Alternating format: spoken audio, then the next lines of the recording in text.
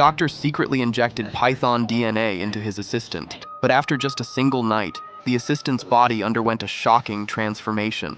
Scales began to grow all over his skin, and even his head started morphing into something more serpentine.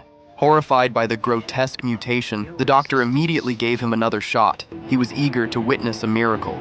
But just as he watched with anticipation, the assistant accidentally let out a fart. That one fart turned out to be catastrophic. It released the modified python genes into the air, causing the entire experiment to spiral out of control. The assistant ended up as a horrifying half-human, half-snake creature. The doctor was furious. This wasn't the result he had envisioned. What he truly wanted was to fully transform a human into a snake. That's why he had tricked the assistant into getting injected in the first place. But everything fell apart at the crucial moment. Enraged and humiliated, the doctor boxed up the assistant and sold him for cheap to a struggling circus in town. To everyone's surprise, the once dead circus business suddenly boomed. Since acquiring the Snake Man, crowds had been lining up non-stop, all drawn by the bizarre new attraction. What no one realized, though, was that this Snake Man wasn't wearing a costume. He was a real, genetically modified human being. The man desperately wanted to cry for help, but not a single sound could come out of his mouth. Meanwhile, Dr. Jack wasn't done with his twisted experiments. He began searching for his next test subject. This time, he went to a university and approached his old friend, Professor John.